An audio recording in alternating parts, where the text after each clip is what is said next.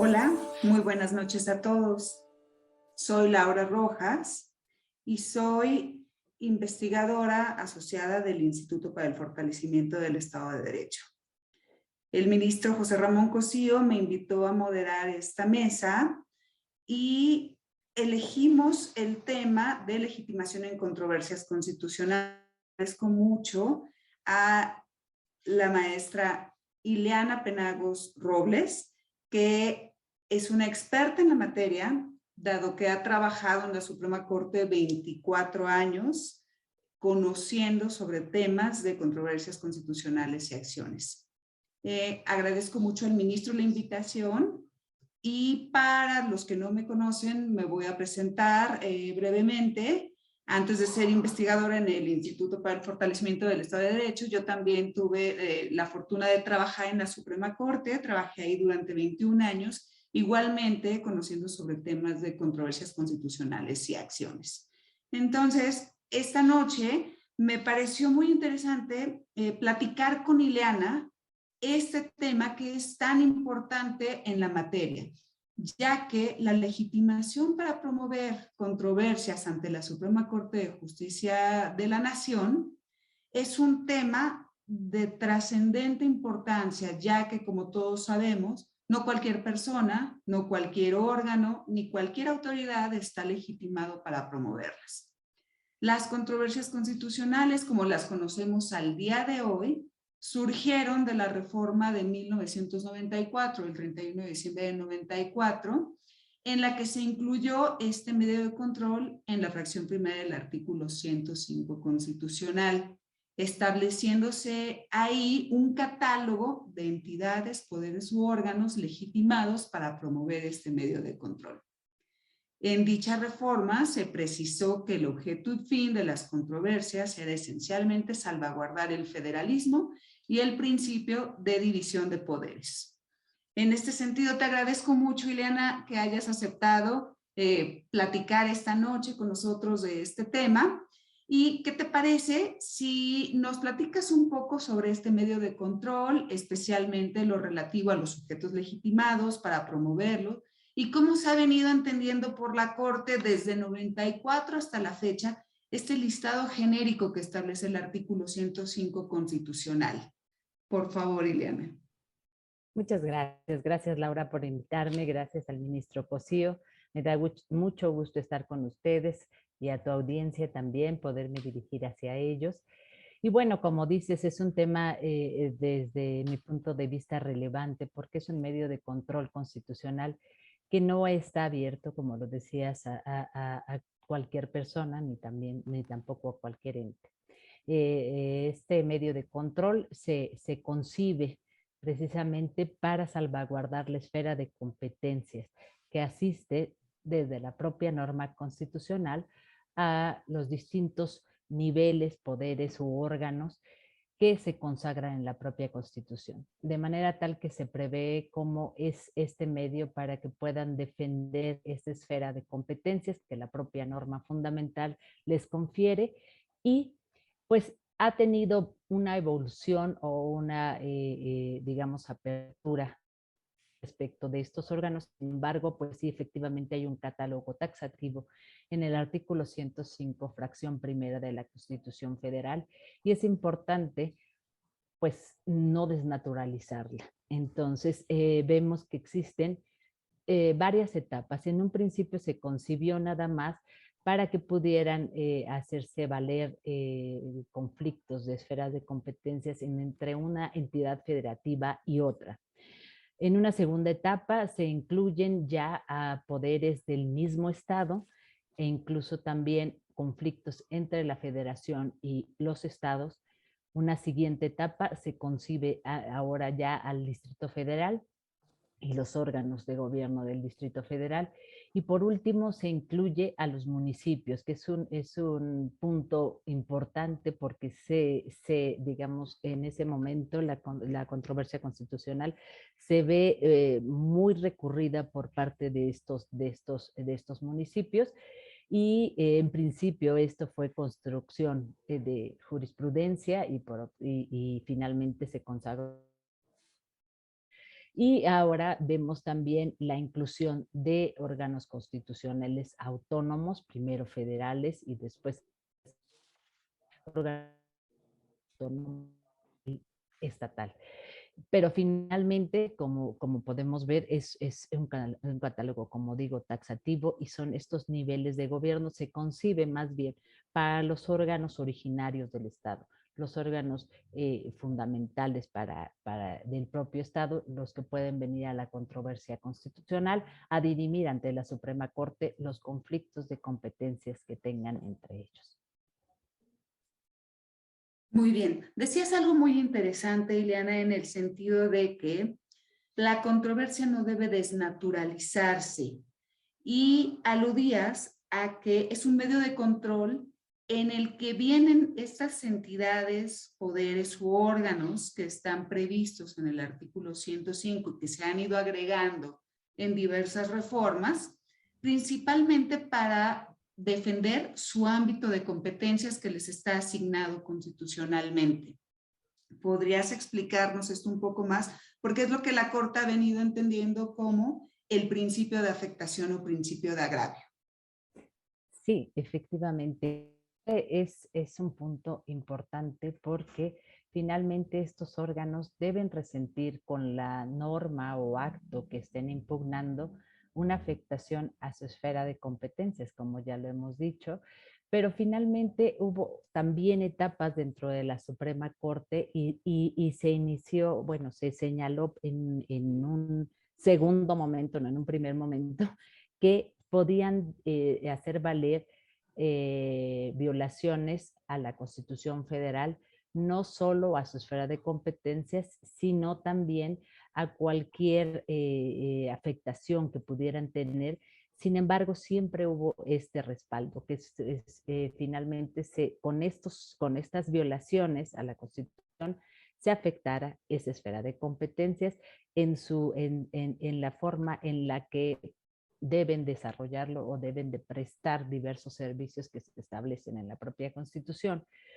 De manera tal que, como digo, este es un medio de control entre los órganos originarios del Estado y pues ha habido distintas tesis de jurisprudencia por el Tribunal Pleno en el que han establecido que esto debe de advertirse desde la propia Constitución, desde el artículo 49, 40, 41 de la Constitución, 49, 116 y 115, 122, para ver estos ámbitos de competencias que tienen cada uno de estos ámbitos, de cuáles son las esferas que pueden valer. Finalmente, hay una siguiente etapa en la que el ministro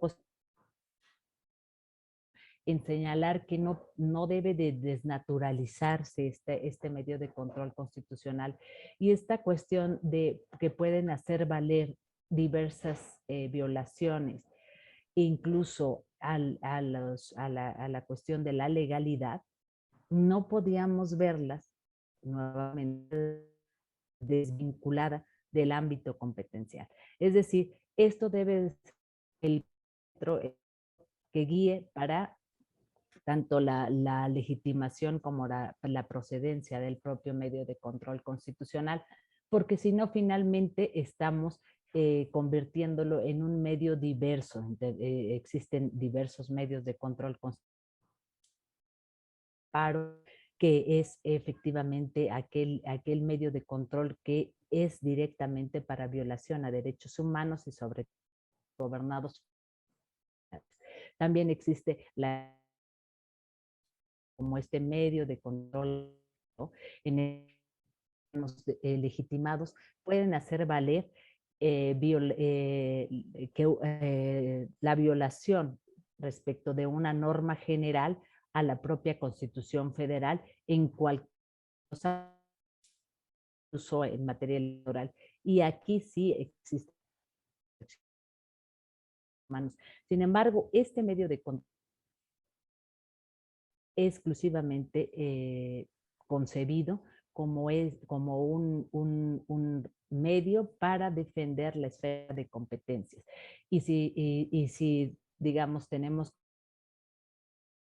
inauditos a ciertos órganos, pero al tratar de hacer esto, desnaturalizamos el propio medio de control constitucional, creo que entonces vamos perdiendo esa línea y ese objetivo, esa finalidad del propio medio de control constitucional. Entonces me parece muy importante que siempre que vea que se ha puesto en juicio, digamos, si procede o no la controversia respecto de cierto ente o no, pero finalmente si se ha ponderado la propia finalidad, la propia naturaleza del medio de control constitucional, y en otras, pues efectivamente, digamos que no se ha ponderado esta cuestión y ha habido mucha disquisición.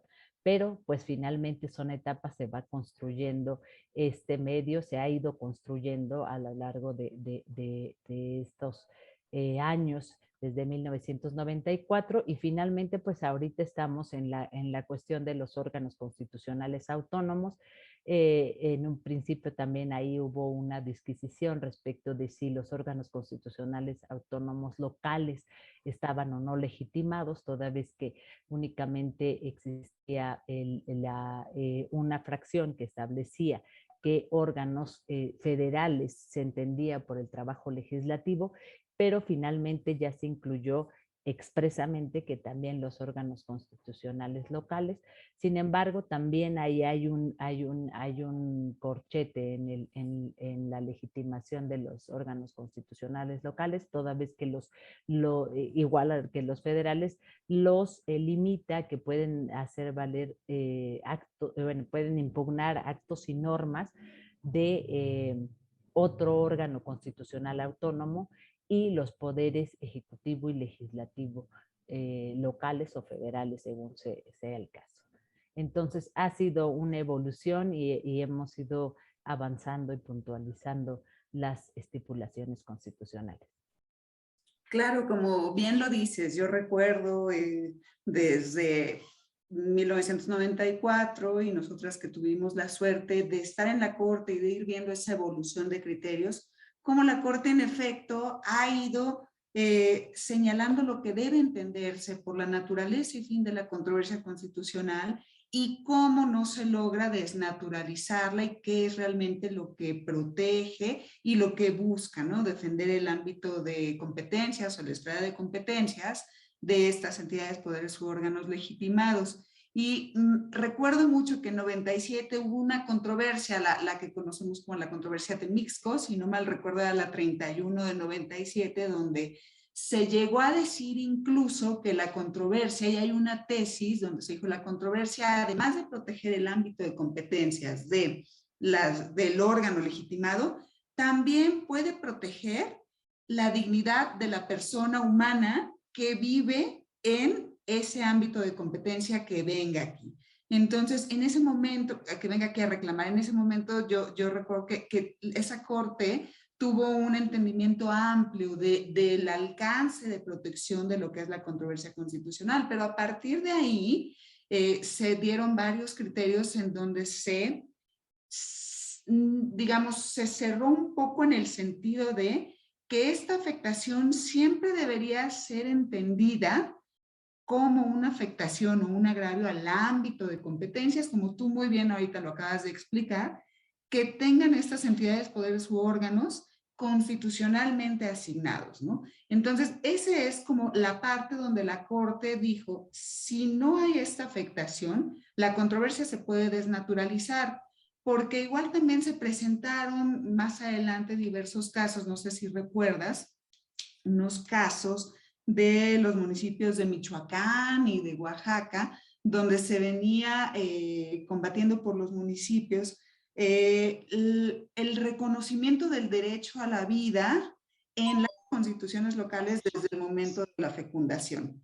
Y en esos casos, el Pleno de la Corte dijo a los municipios, bueno, sobreseemos las controversias, porque aquí en los municipios no están resintiendo ningún tipo de afectación a su ámbito de competencias, porque si bien pueden intervenir en el sistema de salud, a través de convenios, no tienen una facultad asignada de manera directa para ejercerla. Entonces las controversias son improcedentes. No pueden venir a defender derechos humanos si no se afecta a su ámbito de competencias. Y así avanzó el criterio y al día de hoy es el criterio que sostiene la Suprema Corte, que se requiere un principio de afectación o agravio para que la controversia sea procedente. Ahora bien, como también lo mencionabas, la reforma de marzo del año pasado incorporó dos cuestiones importantes, ¿no? Que es que se pueden estudiar la violación a derechos humanos a través de la vía de controversias constitucionales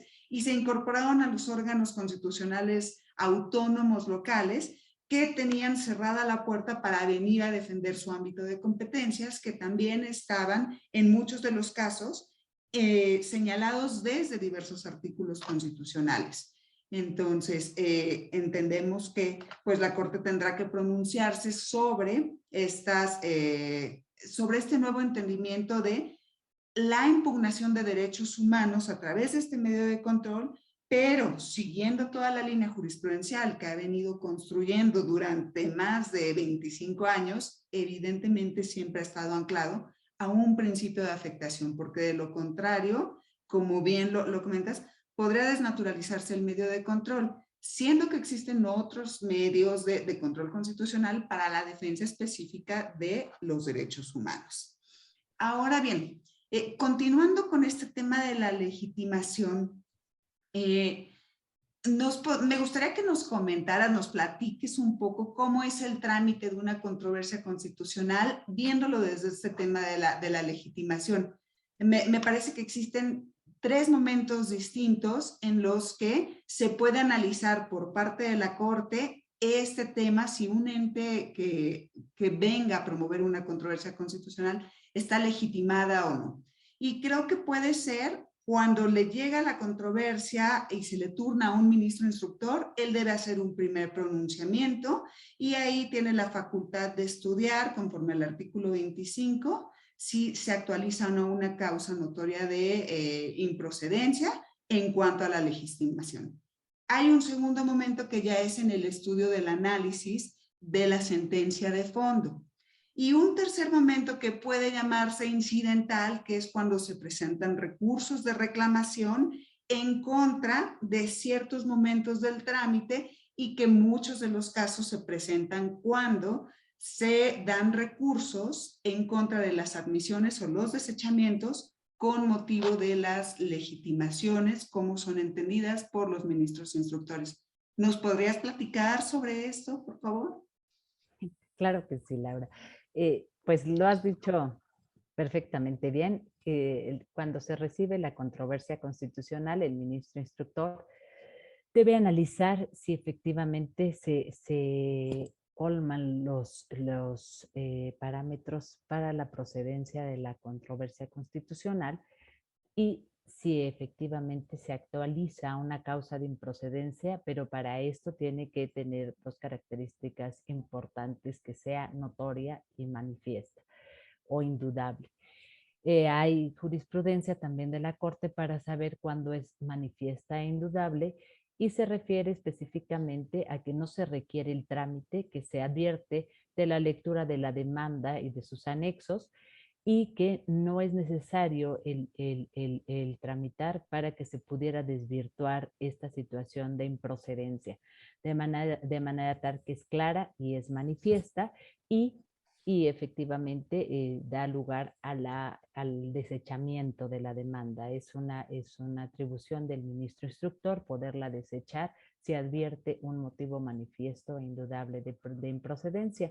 Y las improcedencias las encontramos en el artículo 19 de la ley reglamentaria de la materia, donde nos dice efectivamente que cuando no esté en tiempo, no exista un agravio, etcétera. Existen diversas causas de improcedencia y todas estas pueden ser analizadas por el ministro instructor y precisamente la de legitimación la derivamos incluso también de otros artículos de la propia ley reglamentaria e incluso del 105 fracción primera. Es decir, si no es uno de los entes legitimados, el ministro instructor podrá desechar la controversia constitucional de plano. Esta cuestión, efectivamente, como decía, tiene que ser simple y sencillamente manifiesta y que no puede ser desvirtuada, porque efectivamente es clara y no existe una posibilidad de que pueda cambiar en el trámite. Esto no quiere decir que no pueda argumentarse, analizarse, estudiarse la demanda completa y sus anexos, como digo, porque muchas veces se ha confundido en el que ya hiciste un estudio, ya estás estás analizando el escrito de demanda y entonces pues ya no es lo notorio y manifiesto como se debería, porque debe ser así muy sencillo, digamos. Esto no tiene que ver con la sencillez ni con la argumentación que pueda hacer el ministro instructor para desechar, sino simple y sencillamente que no sea desvirtuada, que es tan clara que no es desvirtuada y se advierte de estos documentos que se tienen a la vista. En un segundo momento, si es que existe una impugnación, un recurso de reclamación, que también se prevé en el artículo 51 de la ley reglamentaria, y uno de los supuestos para su procedencia es precisamente cuando se admita o se deseche la demanda, y efectivamente si se promueve este recurso de reclamación va a ser conocido por las salas de la Suprema Corte. En un principio la conocía el Pleno de la Suprema Corte, sin embargo, por acuerdo se delegó a las salas, que es mucho más ágil su resolución, y pues la sala como órgano colegiado analiza si efectivamente se actualiza ese motivo manifiesto e indudable de improcedencia, porque efectivamente estamos en la etapa inicial. Entonces debe la sala determinar si efectivamente es innecesario ya la tramitación, porque advierte este motivo manifiesto e indudable, y y determinar si efectivamente procedía el desechamiento o es necesario esa tramitación para, digamos, estar claros o tener certeza de que se actualiza esa causa de improcedencia. Y entonces se puede decir que no se actualiza de ninguna manera una causa de improcedencia, o bien que no es manifiesta e indudable y que deberá ser motivo de análisis ya para la resolución final. Sobre este punto, también es importante señalar que se debe las salas, digamos, tienen una jurisdicción plena en este sentido, porque puede advertir una causa de improcedencia que no haya sido invocada por el ministro instructor o por las mismas partes o el mismo recurrente. Sin embargo, la sala puede advertir alguna otra causa de improcedencia y por esta misma desechar la controversia constitucional. Entonces, digamos, también un estudio amplio de la propia procedencia, y salvo que exista alguna duda, pues podrá decir que no es manifiesto e indudable. También existe jurisprudencia respecto a si es necesario el hacer una interpretación constitucional para determinar la procedencia de la controversia constitucional, pues entonces no será manifiesto e indudable, sino que tendrá que hacerse esta interpretación pues hasta el fondo, hasta que se resuelva en definitiva la controversia, y con todos los elementos pues poder hacer esta interpretación constitucional.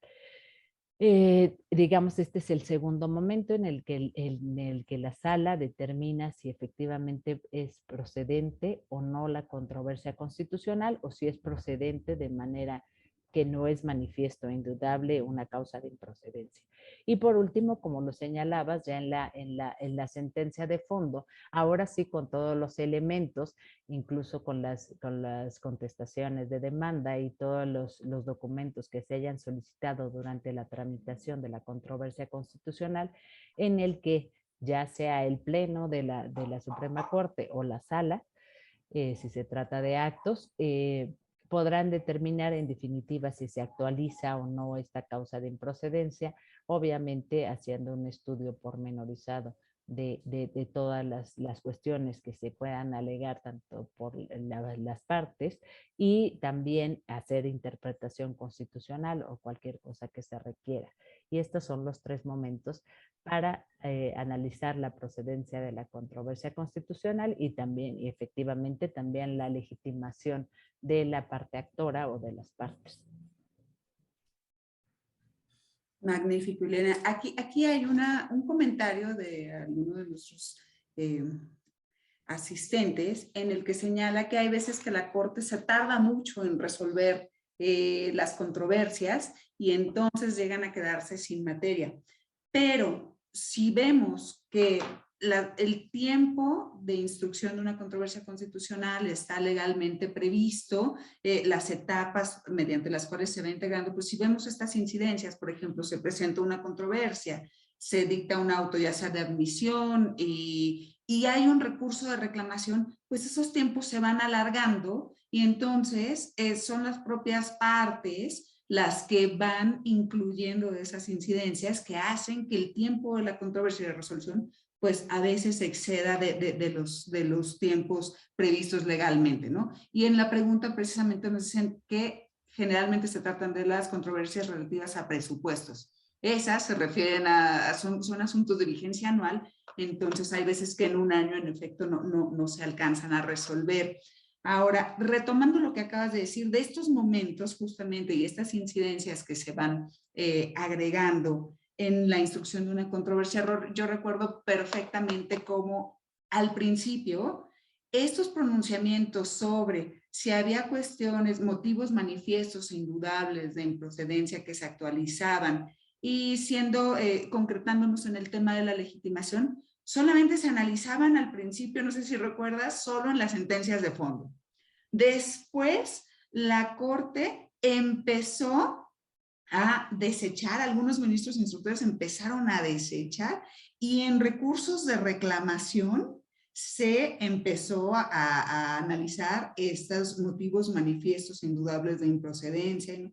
Y ya posteriormente muchos ministros ya se pronunciaban en los autos de inicio, ¿no? Entonces, como que la etapa fue de las sentencias, de fondo, después en recursos de reclamación, y al día de hoy muchos ministros analizan estas causas manifiestas de improcedencia o no, si se actualizan desde el auto de trámite.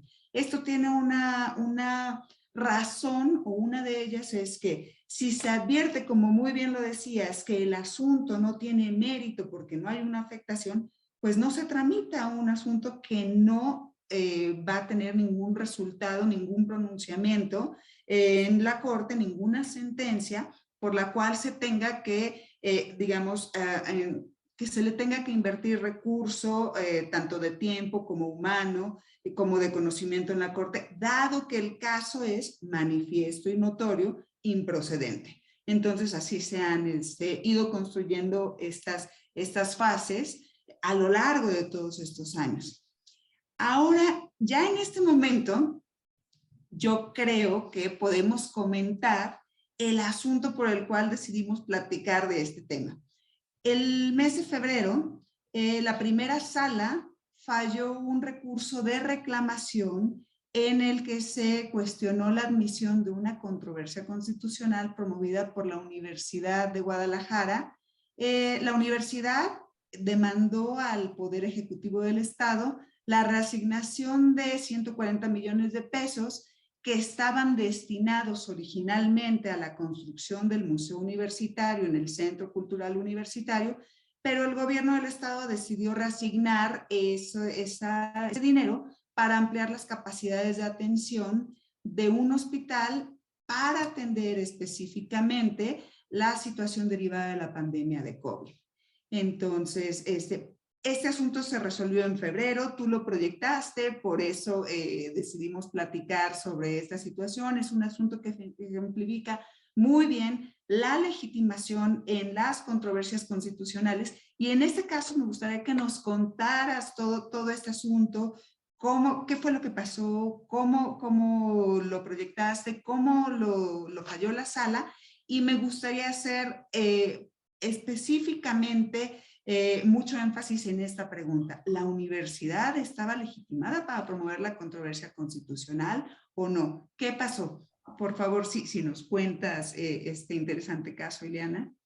Gracias, Laura. Sí, efectivamente, como lo refieres, la Universidad Autónoma de Guadalajara promovió controversia constitucional en la que impugnaba la reasignación del presupuesto y diversas normas que, a su parecer, le daban sustento al gobernador del estado o al Poder Ejecutivo del estado para poder hacer esta reasignación de recursos que ya estaban asignados en el presupuesto de 2020 de 2021 para la propia Universidad de Guadalajara, y lo reasignó para cuestiones de salud, como bien lo refieres, para un hospital específicamente.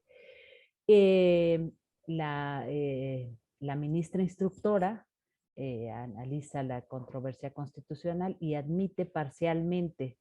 Esta parcialidad se debió a que diversas normas consideraba que eran, digamos, extemporáneas su impugnación, toda vez que habían sido expedidas con mucha anterioridad a estos actos, o a la propia, perdón, a la propia presentación de la controversia constitucional, y que no se hacía valer un acto concreto de aplicación. Y también consideró que el presupuesto, uno de los presupuestos impugnados, había sido extemporáneo igualmente. Entonces desechó por esta parte, pero admitió por la cuestión de la reasignación del presupuesto y diversos actos relativos a esta reasignación de diversas autoridades. Y eh, vinieron diversos entes que eran considerados como demandados. Específicamente en este recurso de reclamación es el Poder Ejecutivo del Estado de Jalisco el que interpone el recurso de reclamación, al cual le correspondió el número 137 de 2021. Y efectivamente lo que hace valer es que no debió de admitirse la controversia constitucional, toda vez que la Universidad Autónoma de Guadalajara no es un ente legitimado en términos del 105, fracción primera de la Constitución Federal. Y también hace valer que no está debidamente representado en términos de su propia legislación. En el recurso de reclamación primeramente se analiza obviamente la competencia de la sala, que como les comentaba es delegada del Tribunal Pleno por medio de acuerdo. Se considera que está en tiempo y por parte legitimada, toda vez que es uno de los demandados. Y por otra parte se analiza ya el fondo del asunto, y en principio se empieza a hacer, digamos, se explicita la doctrina de la Suprema Corte en pleno y en salas respecto a qué se debe de entender por motivo manifiesto e indudable de improcedencia, y a lo que debió atender en su momento la ministra instructora. Y se advierte que efectivamente asiste razón al recurrente, toda vez que la Universidad Autónoma de Guadalajara, en el artículo primero de la Ley Orgánica de la propia universidad, se establece como un órgano descentralizado del gobierno del estado de Jalisco. Y en ese sentido, al ser un órgano descentralizado, pues no, efectivamente no tiene ningún supuesto en el artículo 105 de la Constitución, toda vez que no se trata de un poder del propio Estado, no se trata tampoco de un órgano constitucional autónomo, sino es un ente descentralizado del gobierno del Estado de Jalisco.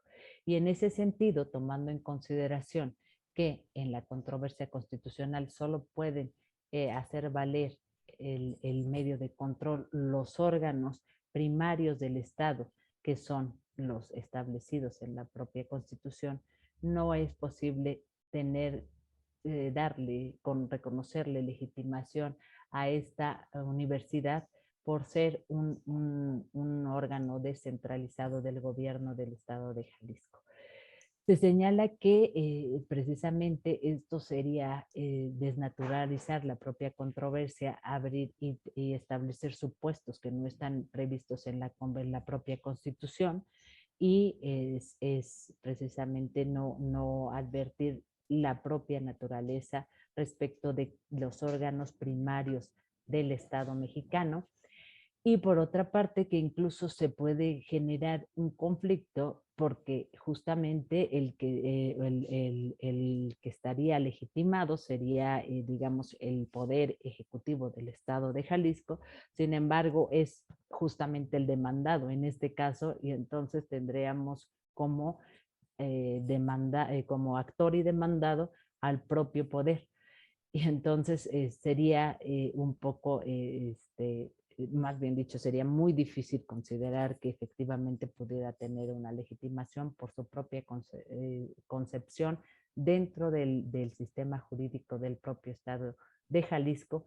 Y en ese sentido se considera que efectivamente se actualiza de manera manifiesta e indudable una causa de improcedencia justamente derivada del propio artículo 105, fracción primera de la Constitución, y en ese sentido procede desechar la controversia constitucional.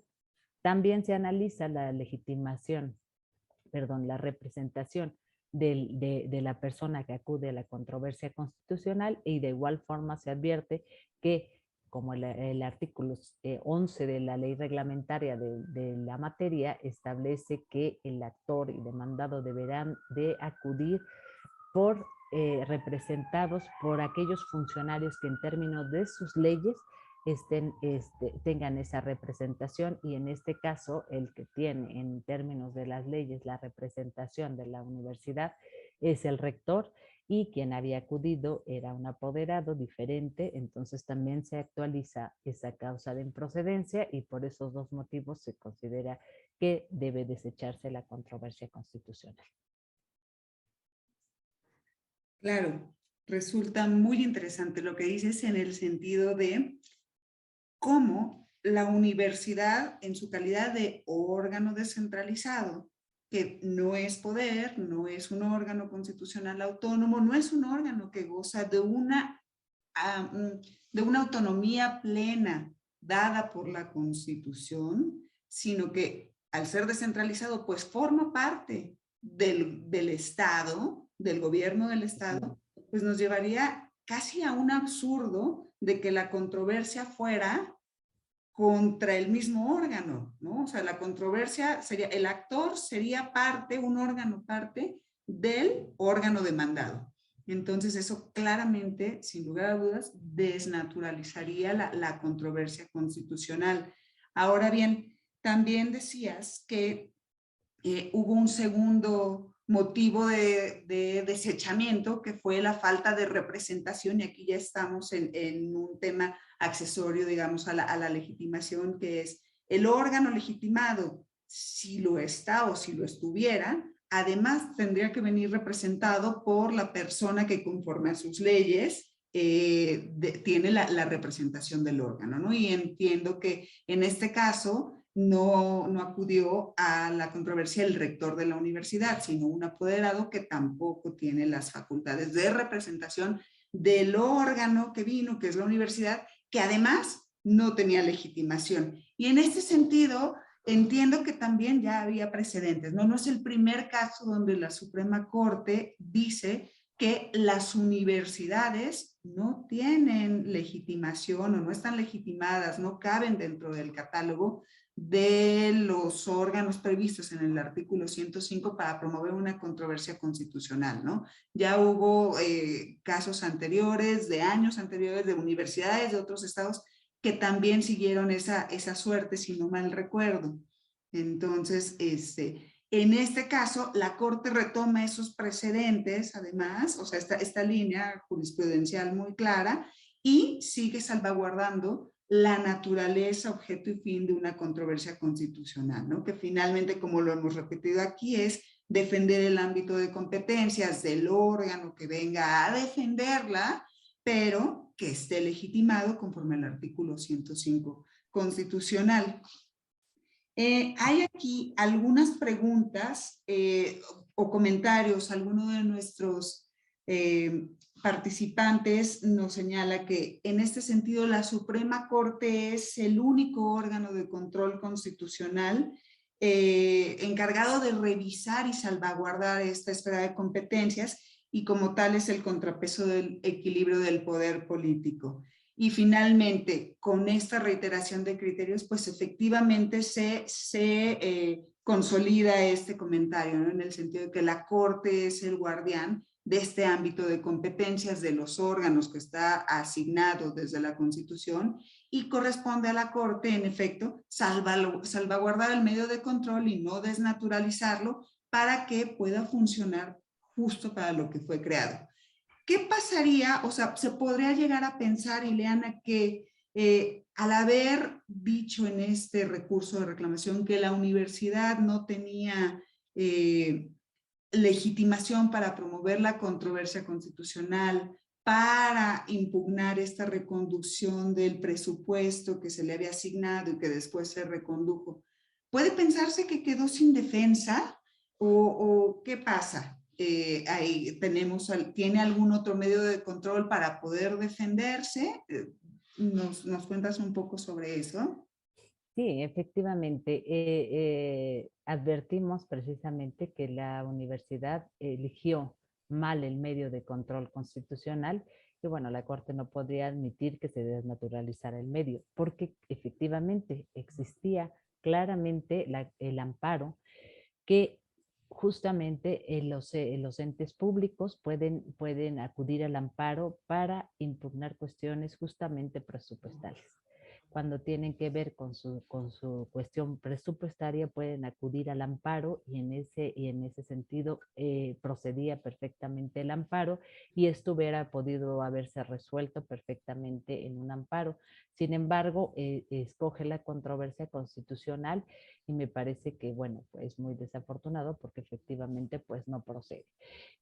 Por otra parte, existen otros pronunciamientos en los que se ha dicho que efectivamente de otras universidades que no procede la controversia constitucional, más por la concepción que se establece en la propia entidad federativa, por considerarlos como descentralizados del propio gobierno del Estado. Finalmente creo que ahí habría una disquisición en el sentido de que no se podría considerar todas las universidades no estar legitimadas. Si hay alguna universidad que se concibe en la propia entidad federativa como un órgano constitucional autónomo de manera clara, pues efectivamente procederá a la controversia constitucional. Ya lo platicábamos, que hay un supuesto específico para órganos constitucionales autónomos locales frente a los poderes legislativo y ejecutivo locales. Pero efectivamente aquí, al ser parte del propio poder ejecutivo local, pues efectivamente aquí llegábamos a esta incoherencia que ya resaltabas tú, de tener entonces como demandado al propio poder actor. Entonces sería el actor y demandado el ejecutivo del estado de Jalisco. Y efectivamente, pues ahí es donde efectivamente choca toda esta situación, y en ese sentido los descentralizados no tienen esa legitimación dentro de la controversia constitucional. Entonces, digamos que de manera general el criterio es que los órganos descentralizados no tienen legitimación en la controversia constitucional. En efecto, y como muy bien lo dices, ¿no? Entonces dependerá de cómo esté concebida la universidad en este caso, dentro de su ámbito legal. Si es un órgano constitucional autónomo, claro que puede tener cabida porque el propio artículo 105 así lo dispone, porque tiene esa naturaleza. Pero en efecto, al tratarse de órganos descentralizados, pues no, y entonces el criterio aquí se centra, como muy bien lo dices, en los órganos Claro. descentralizados no están legitimados para Claro, formar. recordemos que también está la jurisprudencia clara de la Corte respecto de cuál va a ser un órgano constitucional autónomo, cuáles son sus características. Y una de las características más importantes es que no esté, digamos, asignado a ninguno de los poderes del Estado. Y también que efectivamente tengan autonomía técnica, presupuestaria y que lleven a cabo una función primordial para el propio Estado. Entonces, digamos, si no tenemos esta primera característica, porque este órgano está así asignado directamente como parte del gobierno del Estado, del Ejecutivo del Estado, entonces efectivamente ahí no podemos considerarlo que tuviera la característica de un órgano constitucional autónomo. De acuerdo. Alguien nos pregunta, a ver, tenemos aquí varias felicitaciones. El tema está gustando mucho, es muy interesante y hay varias preguntas. Una es en el sentido de si la afectación en la controversia constitucional debe entenderse como un interés jurídico o como un interés legítimo. Muy, Entonces, si muy quieres bien, muy buena pregunta, desarrollarla. efectivamente. En la controversia constitucional se debe de considerar un interés legítimo. Efectivamente, incluso antes de la reforma a la ley de amparo, en controversia constitucional se manejaba este interés legítimo como un principio de afectación que tiene el órgano o poder a su esfera de competencia. Sin embargo, nuevamente reiteramos que esta afectación debe ser a su esfera de competencias y no a cualquier otra afectación que pudieran tener incluso los gobernados, etcétera, como tú ya lo señalabas.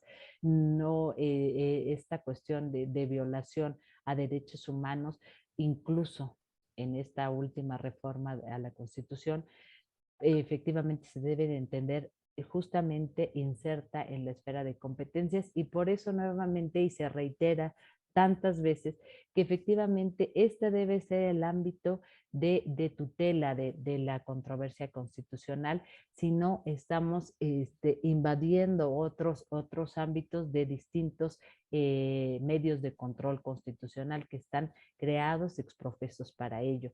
Entonces eso se debe de cuidar mucho. La Suprema Corte lo ha tratado de salvaguardar en distintos momentos y efectivamente es un interés legítimo el que efectivamente se puede hacer valer en la controversia constitucional.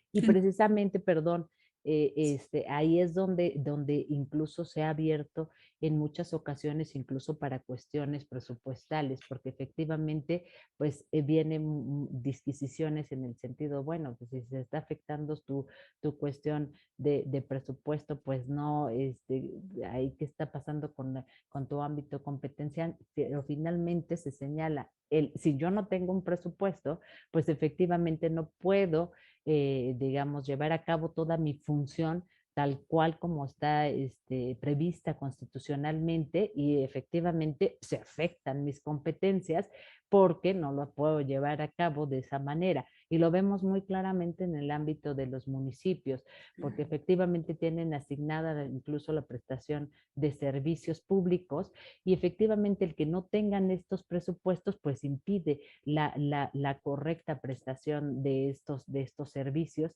y digamos el que pueda funcionar de manera correcta como un nivel de gobierno.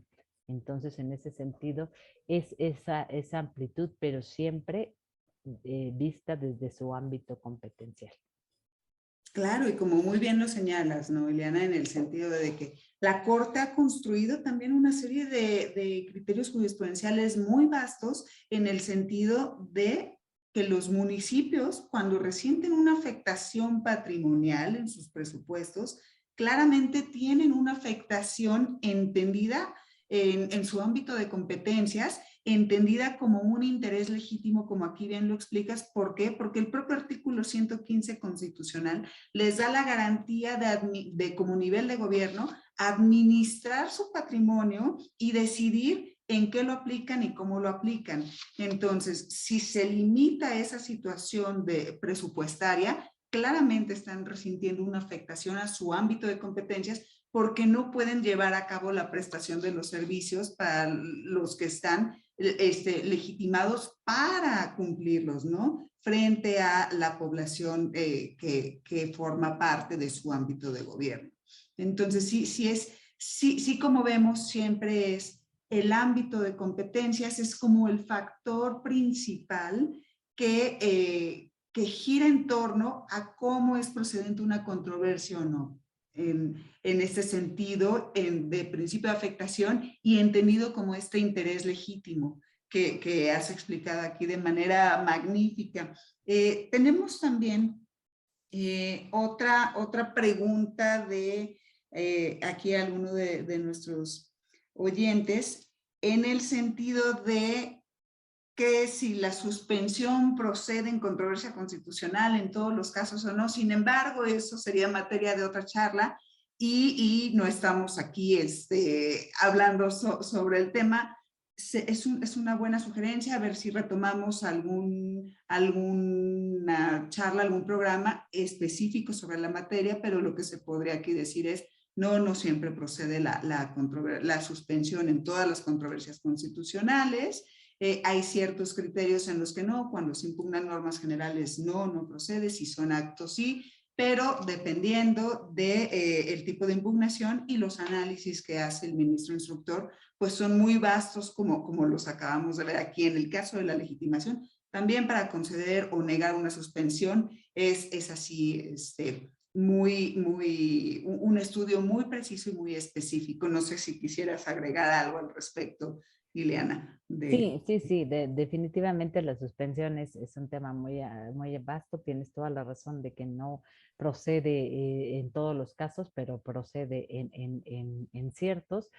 Pero incluso en esta parte de las normas generales, pues recordemos que incluso la Suprema Corte para Acción de Inconstitucionalidad concedió suspensiones. Entonces, hay un supuesto específico que tanto el Pleno como las salas, la primera sala, incluso en algunos precedentes recientes, pues ha señalado que cuando una norma afecta a derechos humanos, se advierte o se hace valer afectación a derechos humanos específicamente, puede conceder esta suspensión aún tratándose de normas generales.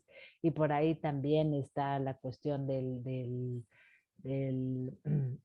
apariencia del buen derecho y peligro en la demora, que bueno, es otro tema importantísimo. Y bueno, hay muchas cuestiones que valorar para la concesión de una suspensión, pero digamos, en términos generales, efectivamente, tratándose de normas generales, no procederá. Y también, digamos, actos consumados, etcétera, también una línea jurisprudencial vasta en tratándose de suspensión en controversia constitucional. En efecto, y como ya lo hemos dicho aquí, no se puede decir muchísimo, la suspensión nos da para una charla y más, y vamos a programar alguna. Otra pregunta que tenemos aquí, un comentario, dice, la voy a leer literalmente, dice, no es muy estrecho el criterio planteado de que se tengan que afectar sus funciones. Ya hubo un antecedente de un caso del Tribunal Electoral del entonces Distrito Federal.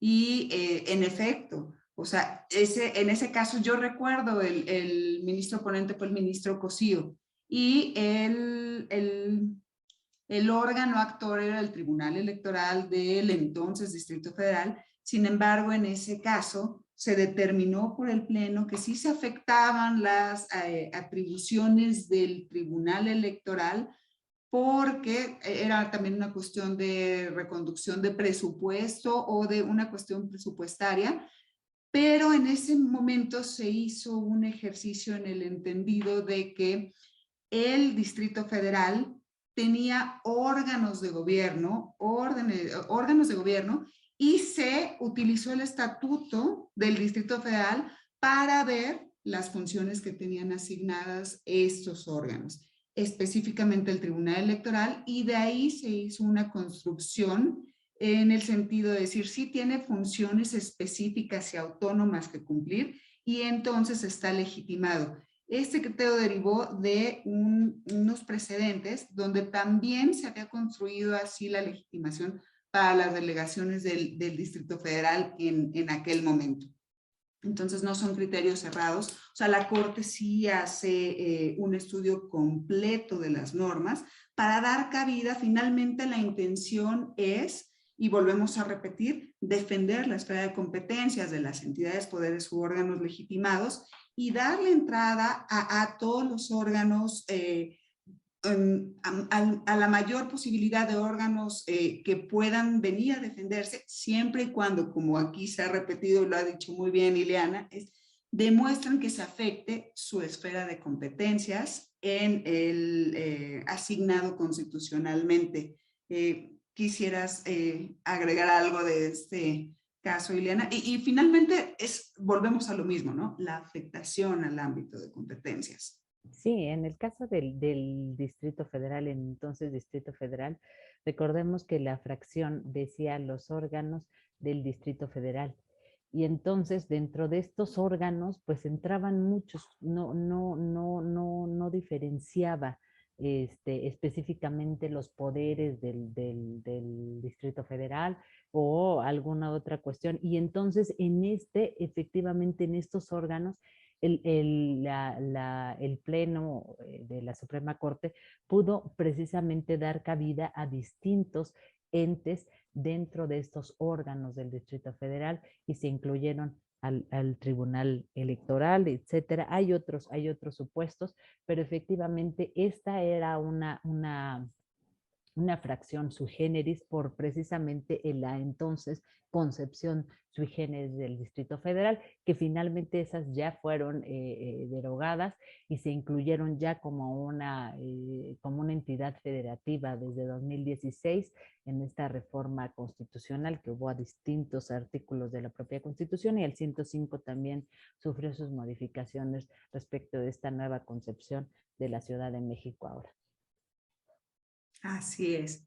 Bueno, finalmente alguien nos pregunta si las controversias proceden en materia electoral y pues no, jamás. El artículo 105 así lo dispone específicamente, y sobre la materia electoral, sobre el estudio de las normas en materia electoral, solo son procedentes las acciones de inconstitucionalidad, y sobre eso también hay mucha materia para poder dar una plática, y gracias, nos están dando muchas ideas para poder abordar temas en un futuro. Y pues no me resta nada más que agradecer tu participación y esta excelente charla que nos has dado, Ileana, sobre este tema de legitimación en controversias constitucionales, el proyecto que recientemente proyectaste y falló la sala, y donde se advierte que el criterio sigue siendo consistente, ¿no? Donde se requiere una afectación al ámbito de competencias. Y pues muchas gracias, Ileana, por tu participación. Ha sido un gusto estar con ustedes y ha sido una gran ponencia, Ileana. Muchas gracias. Muchas gracias, gracias a ti y a ustedes por escuchar. Hasta luego a todos, buenas noches.